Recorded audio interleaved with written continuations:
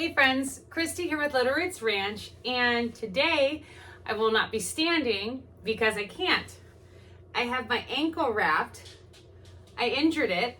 I don't know what I did, honestly. But anyway, so it's put kind of a dent in my garden plans, but I'm hoping it'll feel better soon. I've been wrapping it and I haven't put weight on it for 2 days, so I'm hoping it's gonna be better.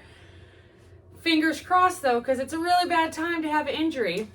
Anyways, so today, from the safety of the ground, we're going to talk about bottom watering and how to do it and why it's important, and just more tips for having the most successful seedlings that you can have, because yay gardening. Okay, so as you can see, I've got, these are a little larger than I like. I need to come through and snip them and make them a little shorter. I'll start the other ones into new plants. But I wanted to talk about how I water everything. And I water everything by bottom watering, which means that the water isn't, there's two options, obviously, top watering and bottom watering. And as you can tell by the sound of it, top watering is from the top and bottom watering from the bottom. But I have two different types of seed starts that I do, and one of them is the trays like you see here, and one of them is the soil blocks like you see over here. And so with my soil blocks, I put 40 per every 10-20 tray, and that it's 10 rows with 4 blocks. And I could put the 5th one all along, but what I really like is having that, let me try and move without getting up. Let's see, you can see right here, see how the soil blocks are here, but there's a little bit of a gap. I use that with my handy dandy 5-year-old water bottle or juice bottle, and I pour into that little like stream, if you will. I'll show a video real quick to better explain what I'm talking about. So here I just go ahead and pour the water into the side, and the water will cover all the bottom of the seedlings. And then for when I have my trays like so, which I have is 2, so for the soil block, it's just the 10-20 holding the soil blocks. But for the trays, they actually fit inside of the 10-20 tray. And so I use those, so for that, what I do is I take the tray and I lift it up. I'll show a video right now of it, or in a second. But I lift the tray up, and same thing, I pour the water in. And so I'll show you a video of that, and then we'll talk about amount of watering, because that's really, really important.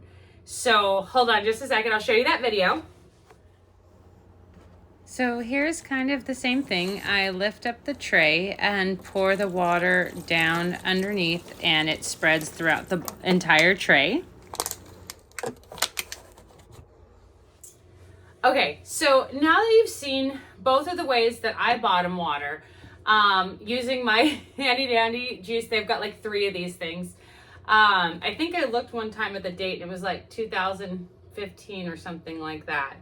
But anyways, one thing to be concerned, or one thing to have top of mind, is how much water you're putting. Now, this doesn't matter whether you are top watering or bottom watering. You don't want to put too much water. And a symptom of having too much water is your plant will turn yellow. Your seedling, sorry.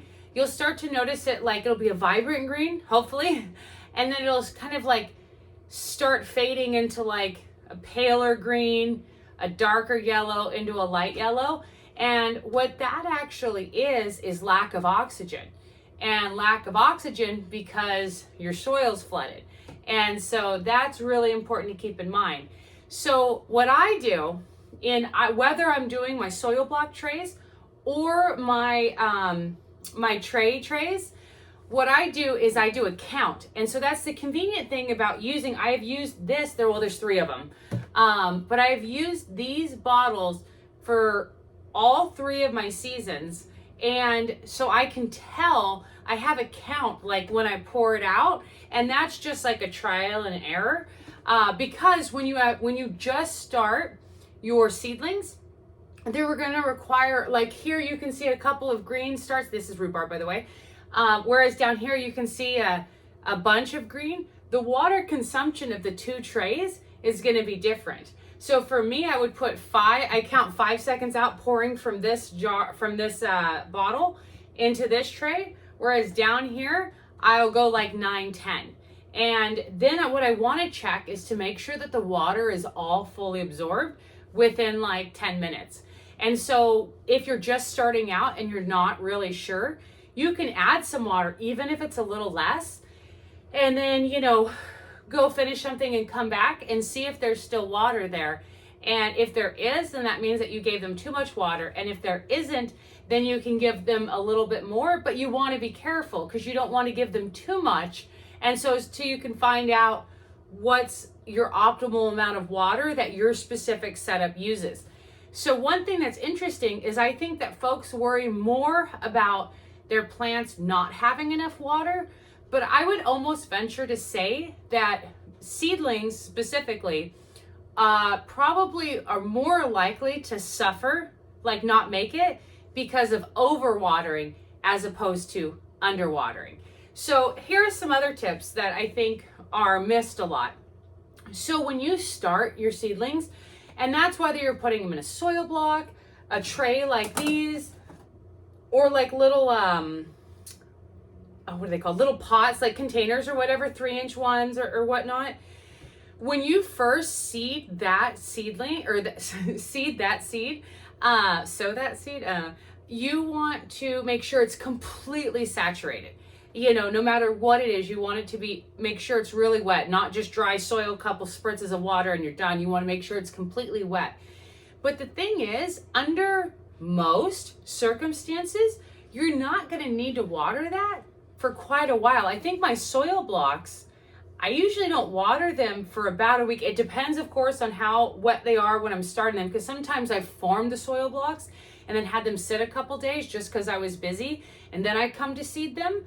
And so that's going to cut into my time a little bit.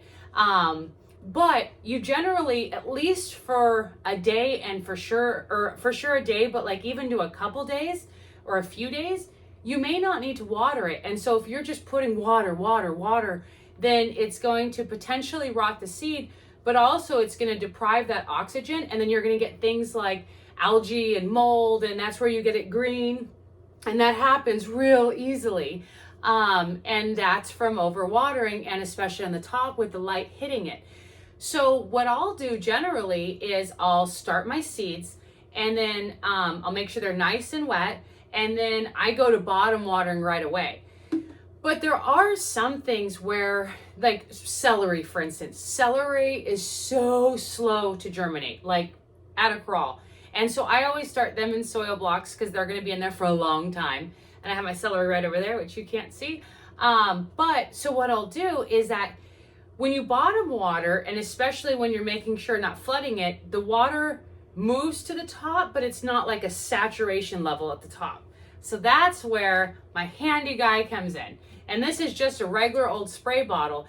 And I use this for plant or seeds that take a really long time to germinate.